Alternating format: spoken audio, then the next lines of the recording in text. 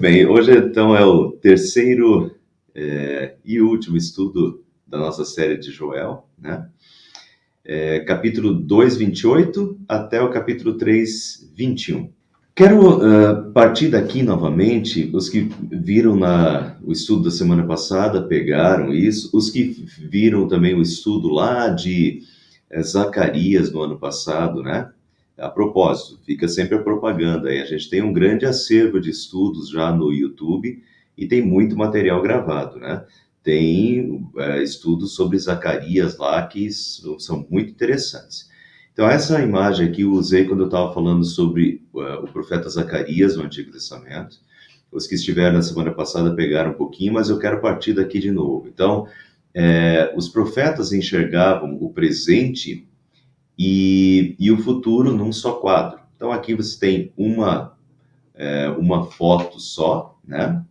E nessa foto você tem esse morro aqui, depois você tem um grande espaço entre esse morro e o outro, que a gente não consegue ver. Aqui atrás a gente tem um outro morro, e desse para esse daqui, certamente a gente teria uma grande distância novamente separando entre esse e esse. Então, por mais que a gente veja uma foto só, tem três dimensões essa foto, né? Tem esse primeiro morro, que é separado desse outro, que é separado desse terceiro, mas a foto é uma só. Então, imagine isso vale para todos os profetas. Os profetas, eles tinham uma visão de Deus, Deus dava uma visão para o profeta e mandava o profeta anunciar. Mas essa visão, e os profetas não tinham consciência disso, né? Os profetas simplesmente comunicavam o que Deus tinha lhes dado para comunicar, a visão que Deus lhes tinha dado. Mas o que eles não tinham essa noção dessas dimensões, né? E frequentemente, e na verdade quase sempre, porque são profecias, né? Profecias diz respeito ao futuro. Então essas profecias, elas tinham essas diferentes dimensões. Então vamos lá para o profeta Joel. Profeta Joel, se é fato que Joel está falando dos gafanhotos, né?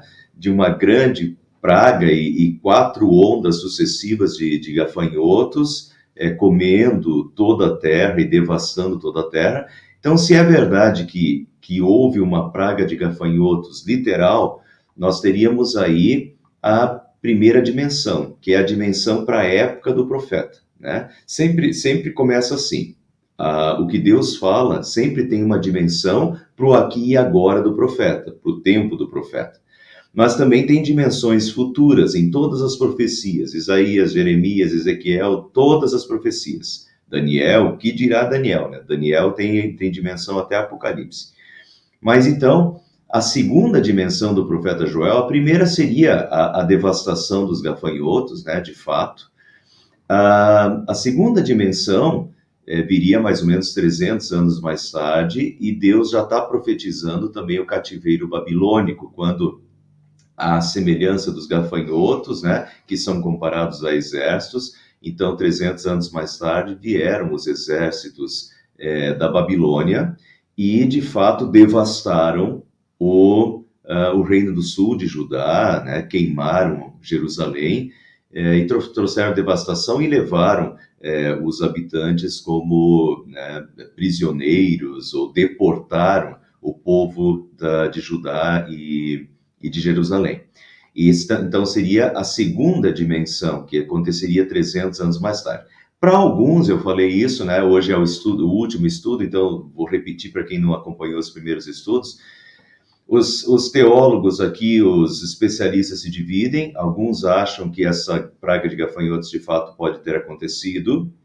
Outros acham que essa praga de gafanhotos era só um exemplo, mas que ela não aconteceu de fato, e esses olham, daí para esses, né, essa dimensão aqui seria a primeira dimensão, a dimensão que está acontecendo na época do profeta. Eu acho que a praga de gafanhotos aconteceu. Então, para mim, nós temos 4 dimensões. A primeira dos gafanhotos, a segunda dos exércitos babilônicos devastando a terra.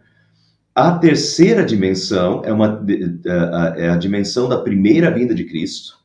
E daí, essa dimensão já... Se a praga de gafanhotos aconteceu, então Joel teria vivido por volta do ano 800 a.C.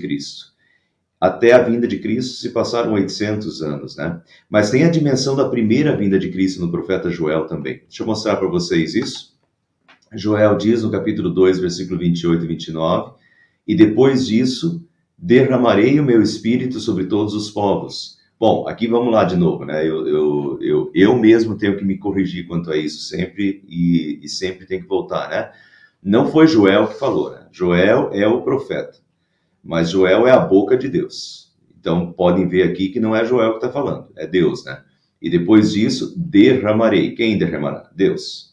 Derramarei do meu espírito sobre todos os povos, os seus filhos e as suas filhas profetizarão, os velhos terão sonhos, os jovens terão visões, até sobre os servos e as servas derramarei do meu espírito naqueles dias. Isso é profecia de Joel, capítulo 2, 28.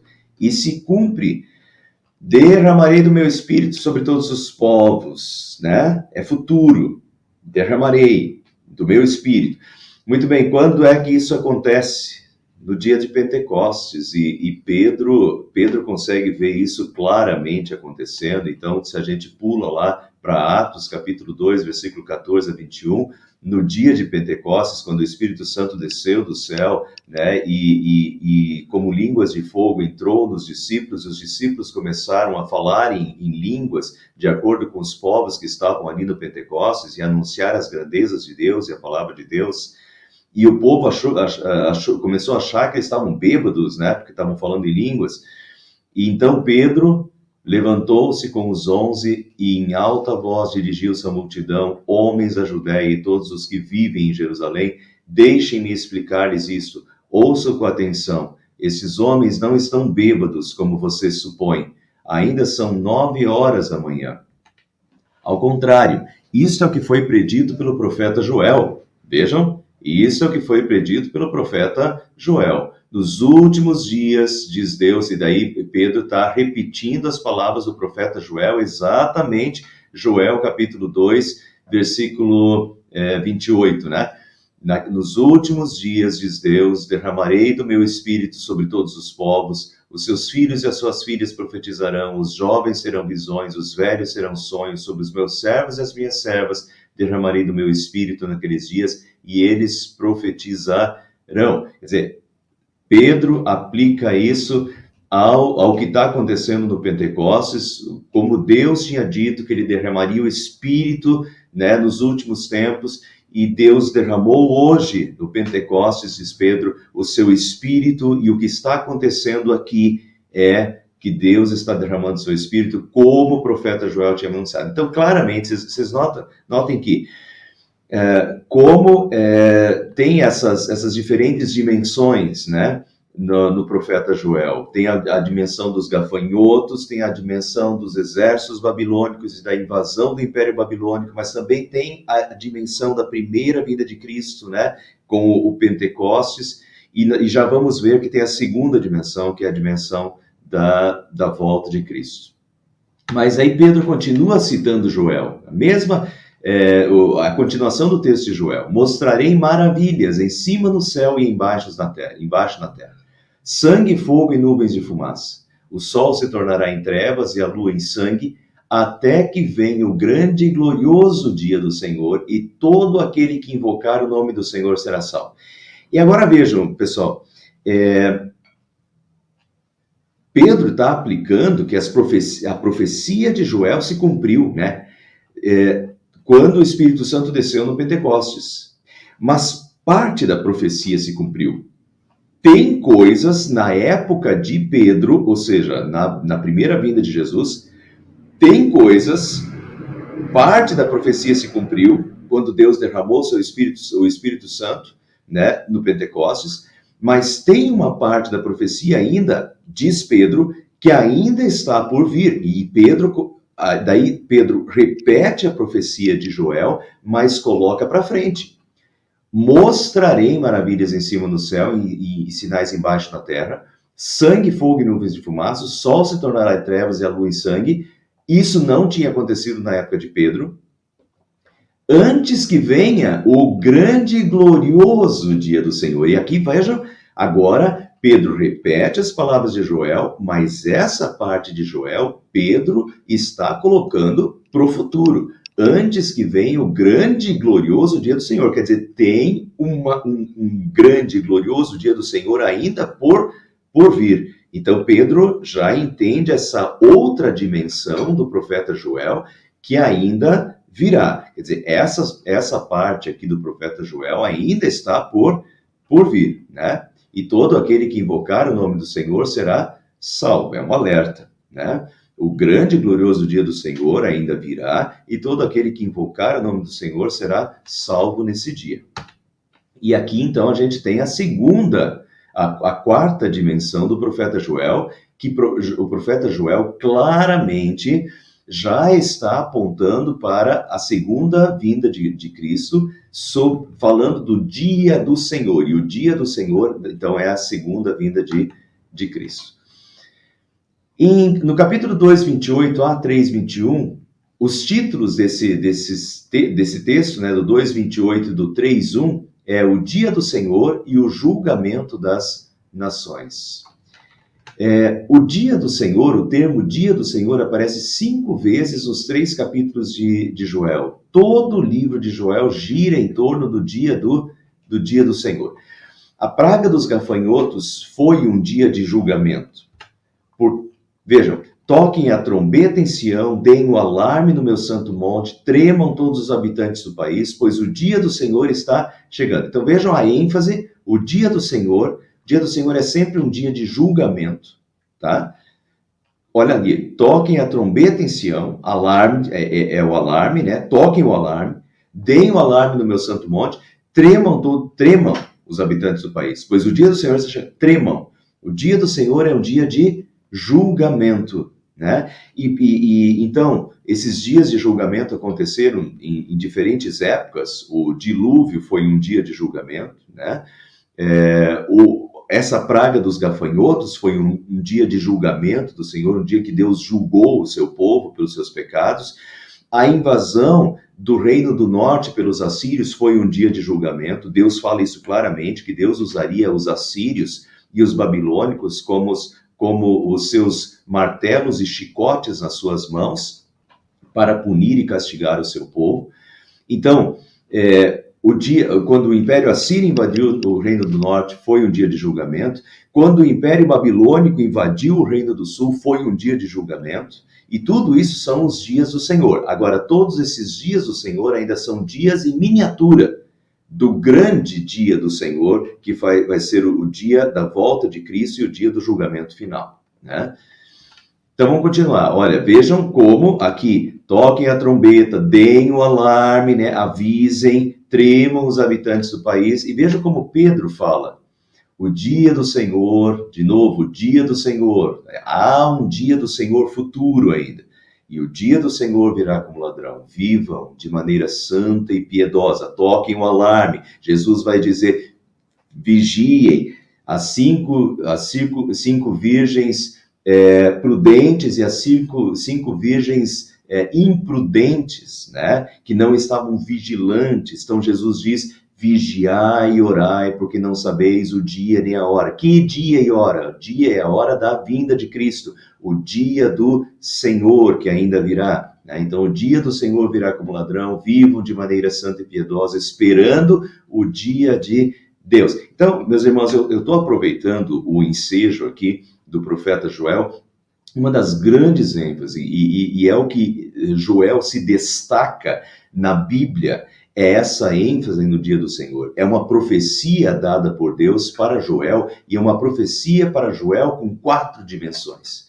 Já tem a dimensão do presente, a dimensão do cativeiro babilônico, a dimensão da primeira vinda de Cristo e do Pentecostes, e já tem abundantemente a dimensão da segunda vinda de Cristo e do julgamento final de todas as nações. E hoje eu quero fazer o cruzamento aqui e mostrar para vocês que só Deus pode ter escrito a Bíblia, porque é fenomenal como a Bíblia se fecha completamente. Joel viveu 800 anos antes de Cristo, e eu vou mostrar para vocês como Joel se fecha totalmente com o Apocalipse, com o que Jesus fala em Mateus, né, e com diferentes livros da Bíblia. É fenomenal. Só pode, não tem outra explicação, senão a Bíblia é o livro de Deus, escrito por Deus, profetizado por Deus, porque só Deus saberia o futuro e só Deus realmente sabia o que estava para acontecer, né? E todos esses cruzamentos. Mas vamos continuar. Então, Joel 2:28 continua, olha, mostrarei maravilhas no céu e na terra, sangue, fogo e nuvens de fumaça. Guardem esses termos aqui, esses termos. Mostrarei maravilhas no céu e na terra, sangue, fogo, nuvens de fumaça. Guardem nuvens de fumaça, fogo e sangue. Eu já vou mostrar para vocês as profecias do Apocalipse e de Jesus, né, sobre a volta de Jesus, a volta de Cristo. O sol se tornará em trevas e a lua em sangue, antes que venha o grande e temível dia do Senhor. E todo aquele que invocar o nome do Senhor será salvo, pois conforme prometeu o Senhor, no Monte Sião e em Jerusalém haverá livramento para os sobreviventes, para aqueles a quem o Senhor chamar. No Monte Sião e em Jerusalém, quer dizer, Monte Sião é onde estava o templo, Jerusalém é a cidade santa, quer dizer, no templo, né? O lugar da adoração a Deus. Quem estiver com a correta adoração a Deus, quem estiver na cidade santa de Jerusalém, quer dizer, sob as asas de Jesus Cristo e do Deus, né, Salvador, com certeza será salvo. É isso que ele está dizendo, né? Agora, aqueles que estão fora dessa cidade, aqueles que estão fora deste templo, deste monte, né, deste lugar, que é o lugar de Deus, de comunhão com Deus, os que estão fora da comunhão com Deus, não resta esperança para esses, tá? Então, notem aqui como Joel, aqui já tem essas dimensões futuras, mostrarei maravilhas no céu, na terra, sangue, fogo, nuvens de fumaça. Agora vejam como Jesus fala do sinal do fim dos tempos. Jesus praticamente repete o que Joel falou. O sol escurecerá, a lua não dará a sua luz, as estrelas cairão do céu e os poderes celestes serão abalados. Então aparecerá o sinal no céu, o sinal do Filho do Homem, e todas as nações da terra se lamentarão. Lamentarão. Vejam que o dia do Senhor é um dia de lamento, é um dia terrível. No final do estudo eu vou mostrar que não é terrível para nós, mas será terrível, terrível para todos os que não creram. É o último dia.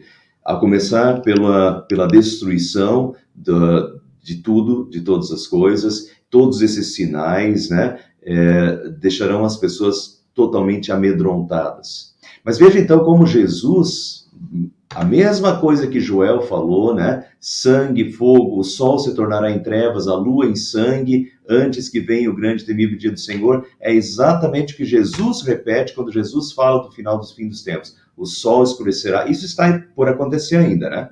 O sol escurecerá, a lua não dará a sua luz, as estrelas cairão do céu, os poderes celestes serão abalados, então aparecerá no céu o sinal do Filho do Homem, e todas as nações da terra se lamentarão. Vejam, não para por aí. Joel continua, sim, naqueles dias e naquele tempo, quando eu restaurar a sorte de Judá e de Jerusalém, reunirei todos os povos e os farei descer ao vale de Josafá. Ali os julgarei por causa da minha herança, Israel, meu povo, pois o espalharam entre as nações e repartiram entre si a minha terra. Vamos aplicar aqui as duas dimensões. A primeira dimensão é a dimensão para o presente. Então, naqueles dias e naquele tempo, quando restaurar a sorte de Judá e Jerusalém. Quando isso aconteceu? Depois que eles foram invadidos pelos babilônios, em 587, eles foram deportados, e 50 anos depois, Deus os permitiu voltar e reconstruir os muros com Neemias, né? E reconstruir o templo com Esdras, enfim, Jerusalém foi reconstruída e o povo pôde voltar para a sua terra. E aí cumpre-se o que Jesus está falando. Sim, naqueles dias, Joel está falando, né? Deus está falando através de Joel. Sim, naqueles dias e naquele tempo, quando eu restaurar a sorte de Judá e de Jerusalém, reunirei todos os povos e os farei descer ao vale de Josafá. E isso aqui é importante, por isso eu sublinhei. O que é Josafá?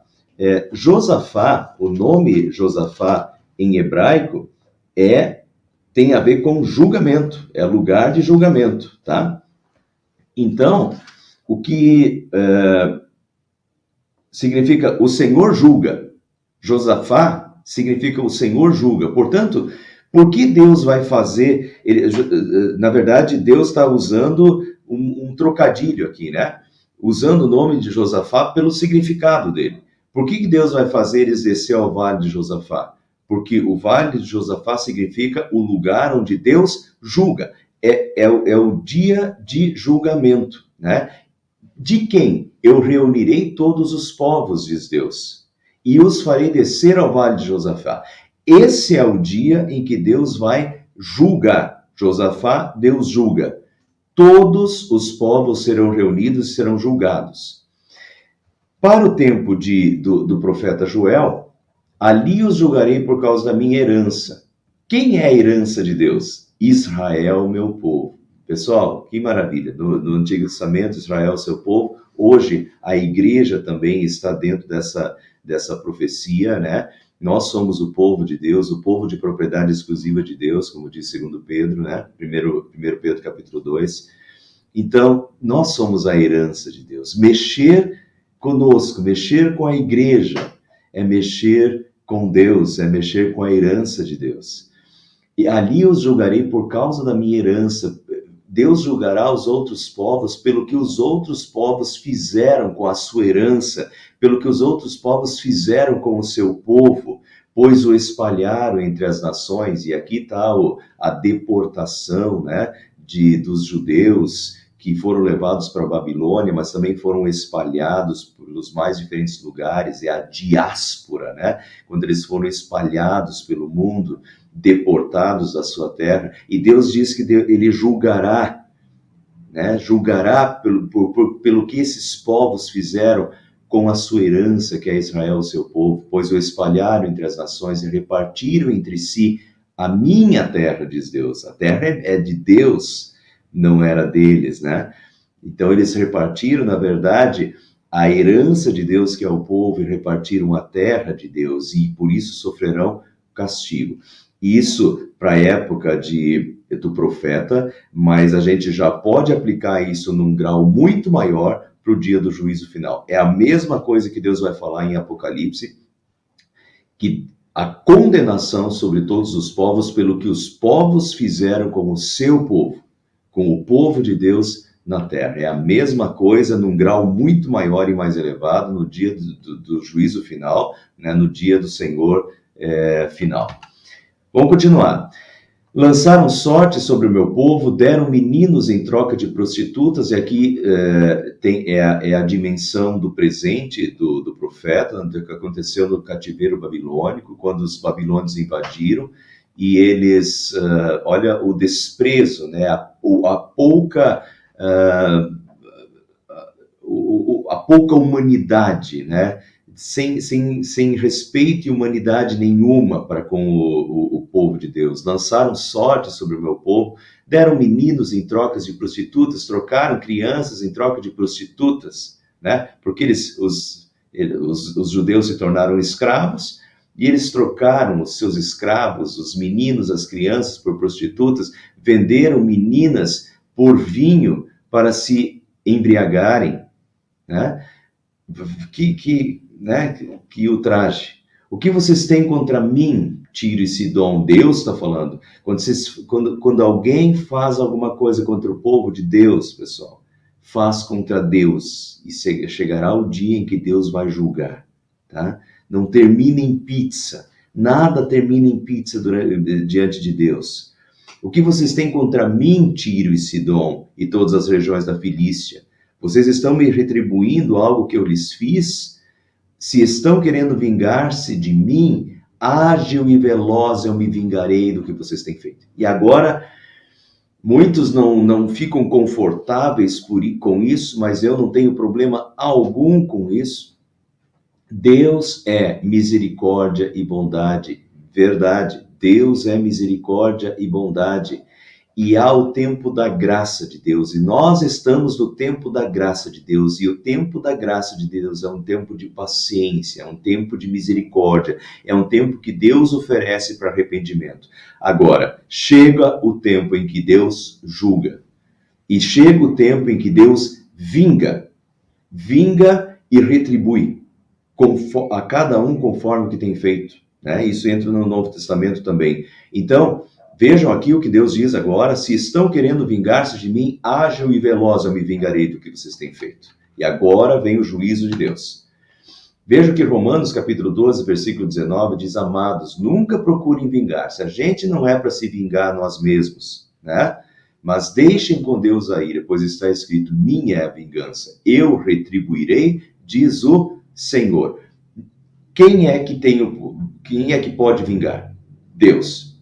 Agora, Deus vinga e Deus retribui quando necessário? Sim.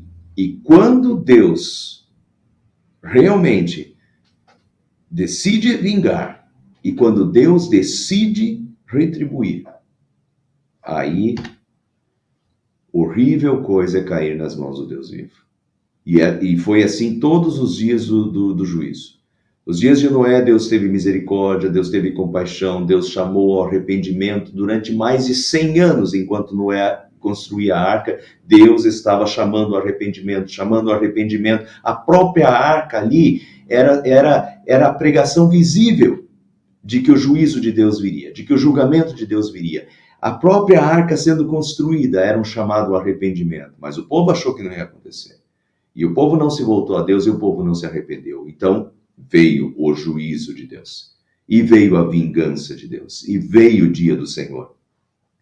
E só restou Noé e a sua família. E assim em todos os dias de Deus, Deus tem paciência, Deus é misericordioso, Deus chama ao arrependimento, mas horrível coisa é cair nas mãos do Deus vivo.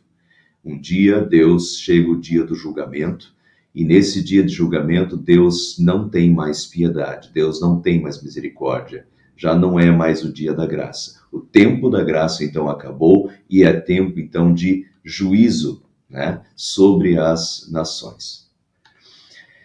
E Joel continua: pois roubaram a minha prata, Deus está dizendo, né? Roubaram a minha prata e o meu ouro. Isso aconteceu quando eles invadiram e roubaram o templo, né? Os babilônios invadiram Jerusalém e também o templo e levaram a prata e o ouro de Deus do templo. E Deus diz: vocês roubaram a minha prata e o meu ouro, levaram para os seus templos os meus tesouros mais valiosos. Vocês venderam o povo de Judá e de Jerusalém aos gregos, mandando-os para longe da sua terra natal. Vejam como a dimensão presente vai se fundindo com as dimensões futuras, né? Por isso, os profetas eles não tinham clareza sobre isso. Deus estava falando para eles, eles estão profetizando. E no meio dessas profecias tem tempo presente, isso aqui é tempo presente, é cativeiro babilônico, mas também já tem derramaria meu espírito sobre, né, que vai acontecer no Pentecostes, e também já tem segunda vinda de Cristo, e isso tudo está numa visão só de Joel, né? E Joel continua: proclamem isso entre as nações, preparem-se para a guerra. E agora vem, de novo, eu quero mostrar isso para vocês, como isso acontece no Apocalipse, tá? Proclamem isso entre as nações, preparem-se para a guerra, despertem os guerreiros, todos os homens de guerra aproximem-se e ataquem. Despertem nações, avancem, de novo, avancem para o vale de Josafá, pois ali me assentarei para julgar todas as nações vizinhas. O que significa Josafá? É o lugar em que Deus julga. Então, de novo, agora vejam, proclamem entre as nações, preparem-se para a guerra. Haverá uma guerra, tá? E Apocalipse fala isso e eu já vou mostrar isso para vocês. Haverá uma guerra. Despertem guerreiros, todos os homens de guerra, aproximem-se e ataquem, despertem nações, avancem para o vale de Josafá. Ali eu me assentarei. Olha o trono de Deus. Josafá, Deus julga. Ali me assentarei, ali está o trono de Deus. E todas essas nações vão se reunir no vale de Josafá, nesse lugar, nessa planície, né? É uma forma de falar de um lugar amplo, numa planície em que todos serão finalmente julgados por Deus, Todas as nações serão julgadas por Deus. E daí Deus diz: lancem a foice, pois a colheita está madura. Venham, pisem com força as uvas, pois o lagar está cheio e os tonéis transbordam. Tão grande é a maldade dessas nações. Notem o seguinte: lancem a... fixem esses termos, porque eu já vou mostrar para vocês como isso continua no Novo Testamento. Lancem a foice, pois a colheita está madura. Quer dizer, é o tempo, chegou o tempo, colheita madura, trigo está maduro, está na época da ceifa. E ceifa, biblicamente, tem esse conceito também de juízo final, né? Lancem a foice, pois a colheita está madura. Agora chegou a hora. O tempo foi dado, essa é a hora da colheita. Essa é a hora do juízo final. Venham, pisem com força as uvas. E o lagar era aquela, não sei se vocês têm isso na cabeça, né? O lagar é aquele lugar, hoje, se você for lá para Caxias do Sul, ou se você consegue imaginar, antigamente eles pisavam as uvas, né? Aqueles tachos, aqueles grandes tachos que eles jogavam os cachos de uva e pisavam as uvas. E à medida que eles iam pisando as uvas, ia saindo o suco e o suco ia saindo por uma torneirinha, né? E esse lugar de pisar as uvas, de macerar as uvas, é o lagar. Então, o que Deus está dizendo aqui? Venham e pisem com força as uvas. Isso é julgamento, é pisar as uvas, pois o lagar está cheio e os tonéis transbordam. Mas transbordam de quê? Tão grande é a maldade dessas nações. O que está transbordando é a maldade das nações. O dia do julgamento final é um dia de juízo de Deus sobre a maldade das nações. Pessoal, Deus sabe de tudo e chegará o dia em que Deus fará juízo e justiça a todos, conforme que cada um fez. Então não pensem que as coisas terminam em pizza, tá? Toda maldade será julgada no dia do juízo do Senhor. Todas as nações, todas as pessoas serão julgadas pelo Deus que sabe de tudo e que viu todas as coisas. Né? Podem ter certeza disso. Multidões no Vale da Decisão. E o que é o Vale da Decisão? O Vale da Decisão é o mesmo Vale de Josafá, só que é a decisão, é o dia da decisão de Deus. É o dia, acabei não colocando aqui, esqueci, mas é o dia em que Jesus fala em Mateus capítulo 25, quando ele diz, bem o que o texto também diz, que ele voltará dos céus em poder e grande glória e se assentará no seu trono. Lembra do texto que falou isso? Ele se assentará no seu trono e julgará as nações, e separará as ovelhas dos cabritos, e dirá às suas ovelhas, aos que estiverem à sua direita, vinde, benditos de meu Pai. Essa é a decisão. Esse é o vale da decisão, esse é o dia do julgamento, em que Deus decide. Vinde, benditos do meu Pai, entrai na posse do reino que vos está preparado desde a fundação do mundo. Afastai-vos de mim, malditos, para o fogo eterno preparado para o diabo e os seus anjos. Entende? Esse é o dia da decisão, esse é o dia do julgamento, esse é o dia em que Deus decide a questão. Vinde, benditos de meu Pai, e entrai na posse do reino, afastai-vos de mim, malditos, para o fogo eterno preparado para o diabo e seus anjos. É o dia da decisão, é o dia do julgamento final, pois o dia do Senhor está próximo. De novo, o sol e a luz escurecerão, as estrelas já não brilharão, o Senhor rugirá de Sião e de Jerusalém levantará sua voz, a terra e o céu tremerão.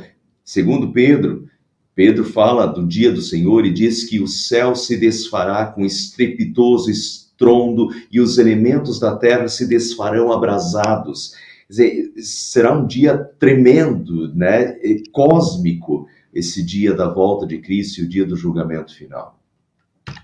Agora vejam como essa linguagem, né? O sol e a lua escurecerão, as estrelas já não brilharão. Vejam como Jesus usa a mesma linguagem. E Jesus continuou: haverá sinais no sol, na lua, nas estrelas, e na terra todas as ações ficarão desesperadas. Olha o dia do juízo, né? Com medo do terrível barulho do mar e das ondas. Em todo o mundo muitas pessoas desmaiarão de terror ao pensarem no que vai acontecer. Porque, pessoal, esse é o dia em que as pessoas, de repente, isso é um dia que as pessoas que não acreditaram em Jesus, de repente pensam, era verdade, né? São sinais tão tremendos e tão assustadores, né? As pessoas desmaiarão de terror, porque está vindo aquele em quem elas não creram, a quem elas não serviram, né? Durante toda a sua vida. Desmaiarão de terror ao pensarem no que vai acontecer.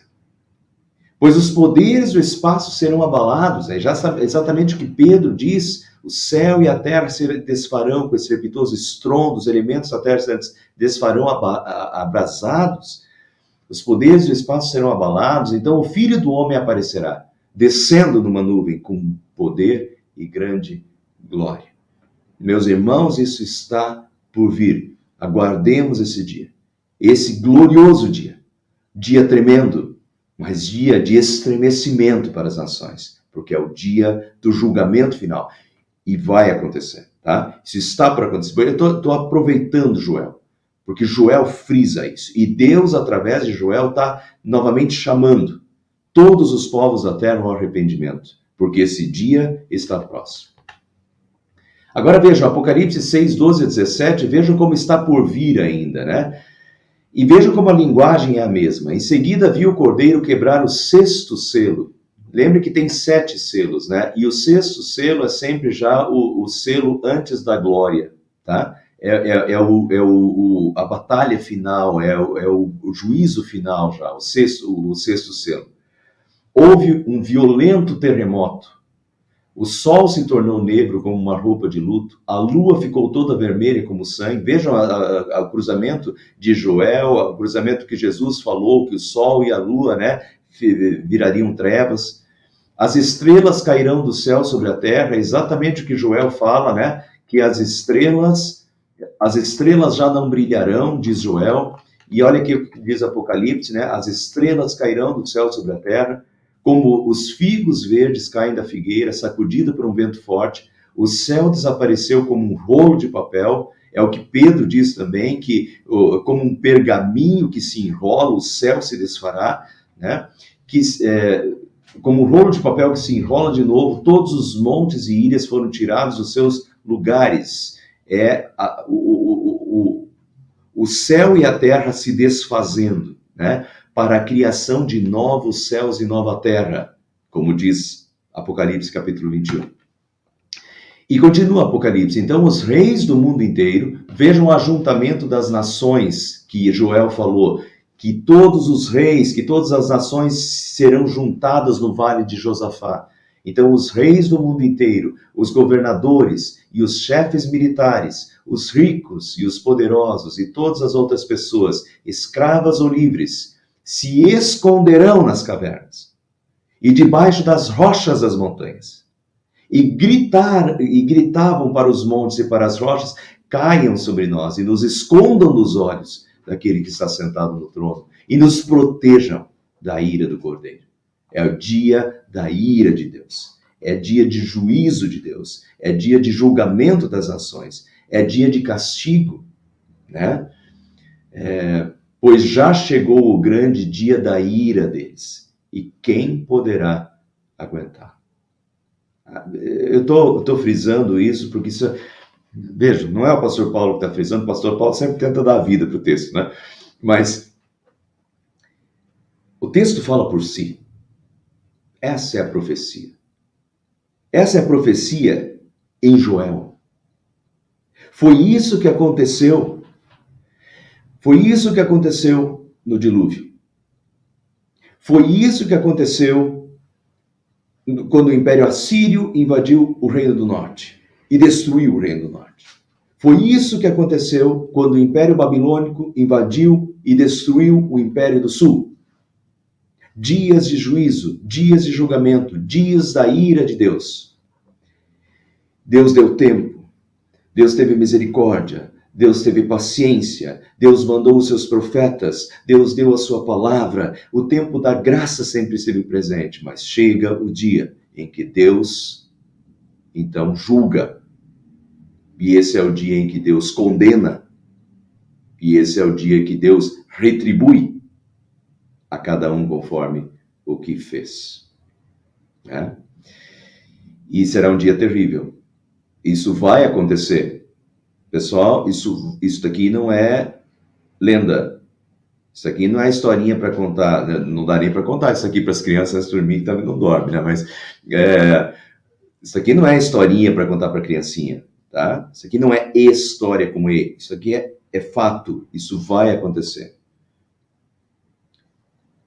Vão pedir para se esconder aqueles que não creram em Deus, e quando virem tudo isso acontecer, vão fazer xixi nas calças. Se esconderão nas cavernas, debaixo das rochas, gritar para os montes, para as rochas, caiam sobre nós e nos escondam dos olhos daquele que está sentado no trono. E nos protejam da ira do Cordeiro. Então a gente pode aplicar isso para os nossos dias, não vai terminar em pizza.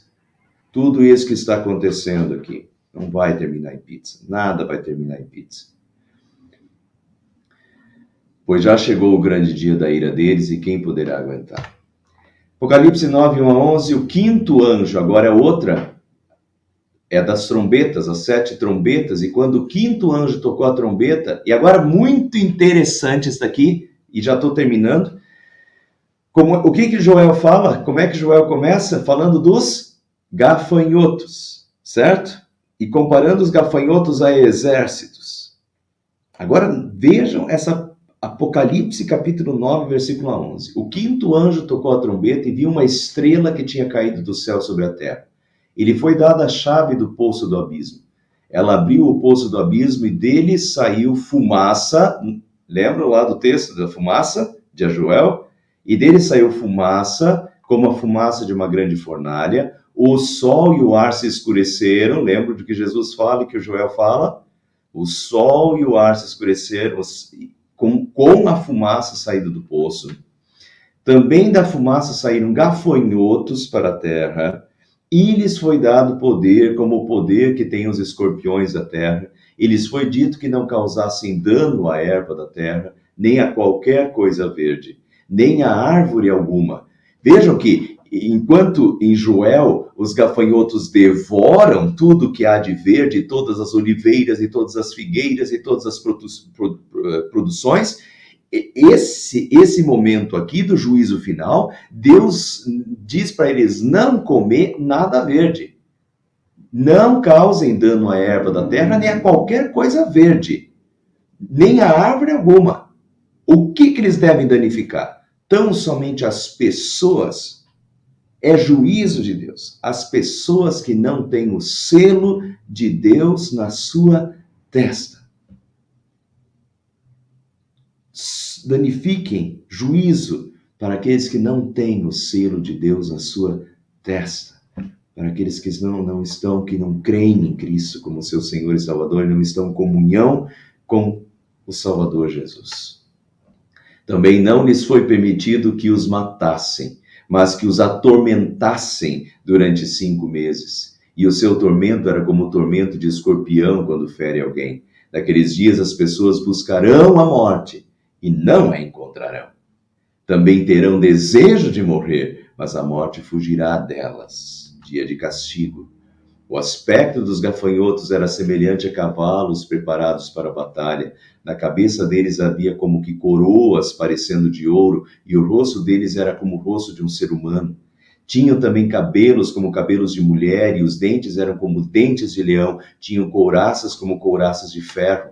O barulho que as suas asas faziam era como o barulho de carros. Bem a comparação que Joel usa. O barulho que as suas asas faziam era como o barulho de carros puxados por muitos cavalos quando correm para a batalha. Tinham ainda cauda como escorpiões e um ferrão. na cauda tinham poder para causar dano às pessoas por 5 meses. 5 meses é um tempo em que Deus permite essa aflição, em que Deus permite esse castigo, né, sobre as nações. Tinham por rei sobre eles o anjo do abismo, cujo nome em hebraico é Abaddon e em grego Apolion, que quer dizer o destruidor. Muito bem, e agora, vamos terminar? Então vocês saberão que eu sou o Senhor, o seu Deus, que habito em Sião, o meu santo monte, Jerusalém será santo. Bom, agora, vejam lá, para terminar. O que Deus falou até agora? O que a profecia de Joel falou até agora? Previu o dia do Senhor. E como é que será o dia do Senhor? Será um dia de julgamento e um dia terrível para as nações que não creram em Jesus. Isso está no Antigo Testamento, isso está no Novo Testamento, Jesus falou isso. O Apocalipse, de novo, reforçou isso. Isso vai acontecer. Esse dia de julgamento vai acontecer. Mas esse dia, então, passado esse julgamento, como será passado o julgamento? E Joel também está lá, essa dimensão do que acontecerá depois do julgamento final. Então vocês saberão que eu sou o Senhor, o seu Deus, habito em Sião, meu santo monte. Jerusalém será santa. Jerusalém será santa. Apocalipse 21, 2 e 3. Eu vi a cidade santa, Nova Jerusalém, que descia dos céus da parte de Deus. Ouvi uma forte voz que dizia: agora o tabernáculo de Deus está com os homens, o próprio Deus está com eles e será o seu Deus. Veja o que acontece depois do julgamento final. É os novos céus e a nova terra, é a Jerusalém celeste em que Deus estará conosco, né? A cidade santa em que todos nós seremos santos nesses novos céus e na nova terra, na presença de Deus. O próprio Deus está com eles e será o seu Deus. Então, primeiro a gente tem esse julgamento das nações terrível, terrível. Mas depois temos essa visão gloriosa dessa cidade santa, desses novos céus e nova terra, onde habitaremos com o Senhor, onde o Senhor estará com eles, né? Na presença de Deus. E Joel diz: naquele dia os montes gotejarão vinho novo, das colinas manará leite. Linguagem poética, né? Os montes gotejarão vinho novo. Olha a abundância. Das colinas manará leite. Todos os ribeiros de Judá terão água corrente. Tudo que se quer em Judá, né? Numa terra meio semiárida, é água.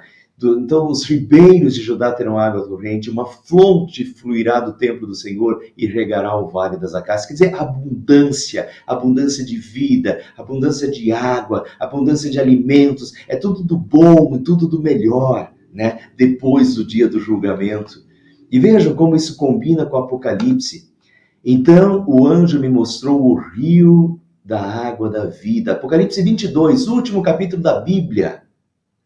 O anjo me mostrou o rio da água da vida, que claro como cristal fluía do trono de Deus e do Cordeiro. Uma fonte fluirá do templo do Senhor, né? Um rio de água da vida, que claro como cristal fluía do trono de Deus e do Cordeiro. Pessoal, Joel, 800 anos antes de Cristo, Apocalipse já prevendo o final. Vejam, quem escreve a Bíblia? Quem escreveu a Bíblia? Deus. É sensacional, né?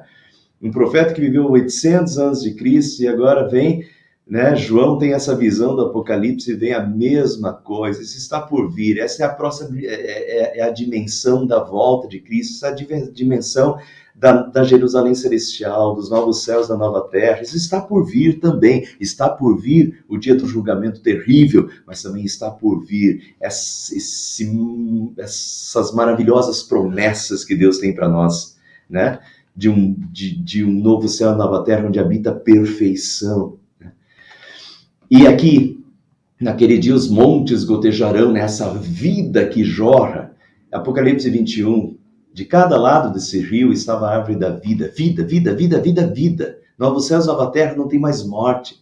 Já não haverá maldição nenhuma. Não haverá mais morte, nem tristeza, nem choro, nem dor, pois a antiga ordem já passou. Agora é vida. Depois do julgamento final, é vida, vida em abundância, vida eterna, vida na presença de Deus, né? Não há mais tristeza, não há mais maldição, não há mais morte, não há mais choro. Enfim, que maravilha. Mas o Egito ficará desolado. Edom será um deserto arrasado. Aqueles que castigaram, que foram contra o povo de Deus, lá naquela época, o Egito, Edom, os edomitas. Então, isso é uma verdade. Naquele dia os montes gotejarão vinho, colinas manarão leites e tal, mas o Egito ficará desolado. Edom será um deserto arrasado, por causa da violência feita ao povo de Judá, em cuja terra derramaram sangue inocente. Como é que isso se aplica em Apocalipse? Notem que eu usei aqui Apocalipse 22, para falar essa maravilha, né, do rio que sai do trono de Deus. Apocalipse 21, do rio da água da vida, do lugar que não haverá mais tristeza nem choro. Mas muito bem, a continuação de Joel: mas o Egito ficará desolado e Edom será um deserto arrasado por causa da violência feita ao povo de Judá e porque derramaram sangue inocente, também está em Apocalipse. E vejam só, o vencedor herdará tudo isso, mas os covardes, os incrédulos, os depravados, os assassinos, os que cometem imoralidade sexual, os que praticam feitiçaria, os idólatras, o lugar deles será no lago de fogo que arde como enxofre. Essa é a segunda morte. É a morte, né? É o castigo final e eterno. Meus irmãos, o que diz aqui? Qual é o final? Céu e inferno. É assim que termina Apocalipse. É isso que diz Joel. É isso que diz Apocalipse. É isso que diz Jesus. Separará as ovelhas dos cabritos. Vinde, benditos do meu Pai, afastai-vos de mim, malditos, para o fogo eterno preparado para o diabo e seus anjos. Creiamos. O final do mundo, o dia do Senhor, é um dia de julgamento. Céu e inferno. Toda a Bíblia fala disso. Tem muitas pessoas que não querem mais acreditar nisso. Mas toda a Bíblia fala isso. Deus fala isso. Jesus confirma isso.